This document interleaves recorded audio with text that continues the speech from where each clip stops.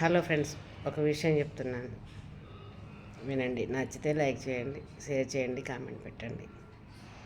అయితే కూతురికి పెళ్లి చేయాలనుకునే తల్లిదండ్రులకు మాత్రమే చెప్తున్నాను.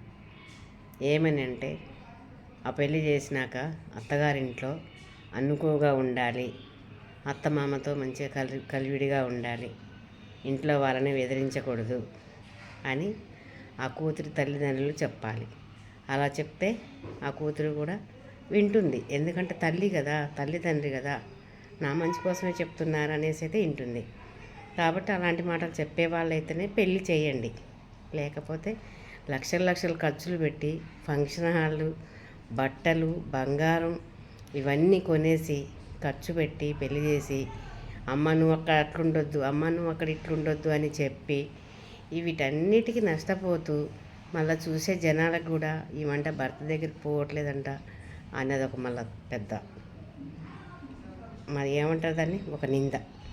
ఇవన్నీ ఎందుకు అనుకుంటే ఆ డబ్బులు ఏదో పెళ్లి చేసుకోకుండా చేయకుండా కూతురికి ఆ డబ్బులే లక్షలు లక్షలు బ్యాంకులో వేసుకోండి, ఆ వడ్డీ వస్తే తిని బ్రతకండి. అంతేగాని అంతకు మించి ఏమీ లేదు. సరే ఫ్రెండ్స్, బాయ్.